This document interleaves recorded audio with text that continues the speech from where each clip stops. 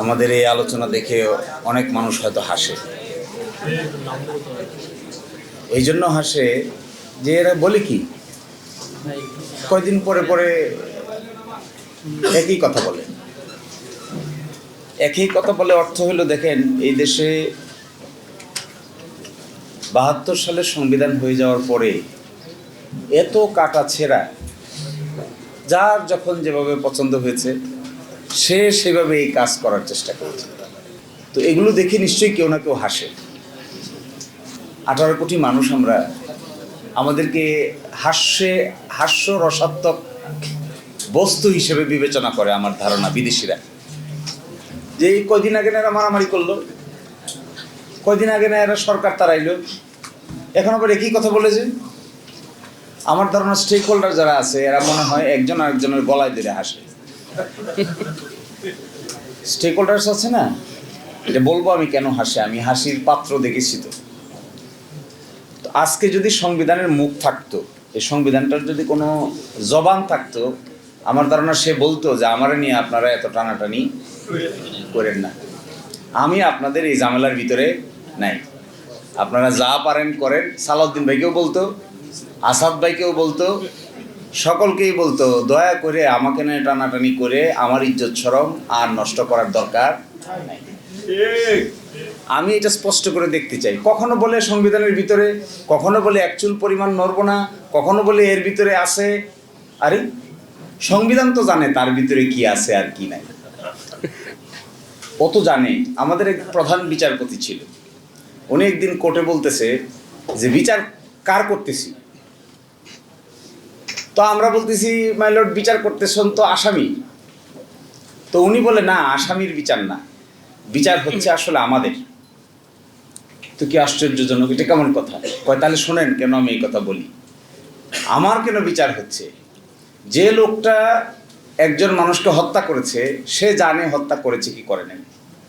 আমরা কাগজপত্র দেখে এখানে বিবেচনা করছি যে তিনি আসলে হত্যাকারী কিনা। এটা করতে গিয়ে যে হত্যাকারী না, মাঝে মাঝে তাকেও মৃত্যুদণ্ড দিয়ে দিই, আবার যে হত্যাকারী তাকেও মাঝে মাঝে খালাস দিয়ে দিই। তাহলে বিচারটা হচ্ছে কার?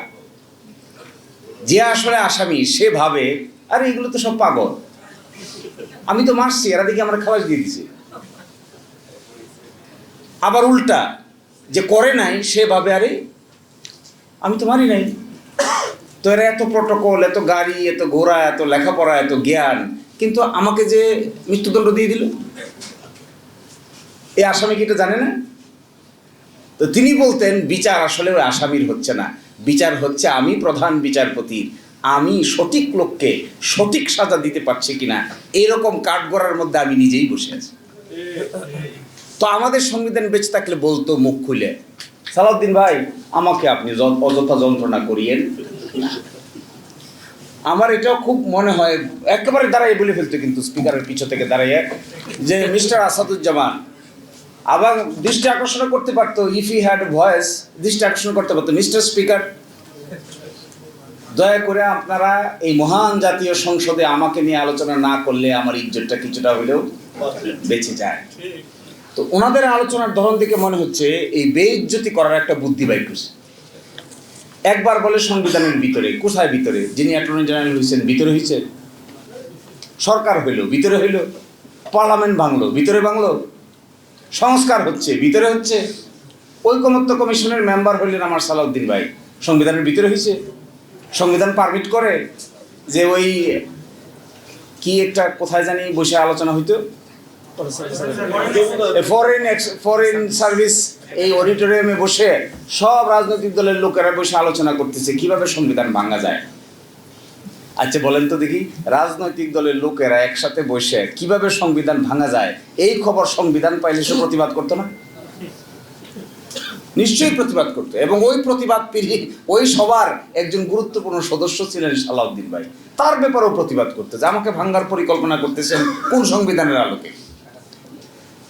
এখন এসে হঠাৎ করে বলছেন যে না না না এগুলো কিচ্ছু হবে না, যা করছি করছি, এগুলো সব ঠিক আছে, জাতির স্বাধীনতার ঘোষক এটাও ঠিক আছে, তারপরে এই যে বঙ্গবন্ধু শেখ মুজিবুর রহমানের ছবি টাঙাইতে হবে এটাও ঠিক আছে, এগুলো সবই সংবিধানে আছে।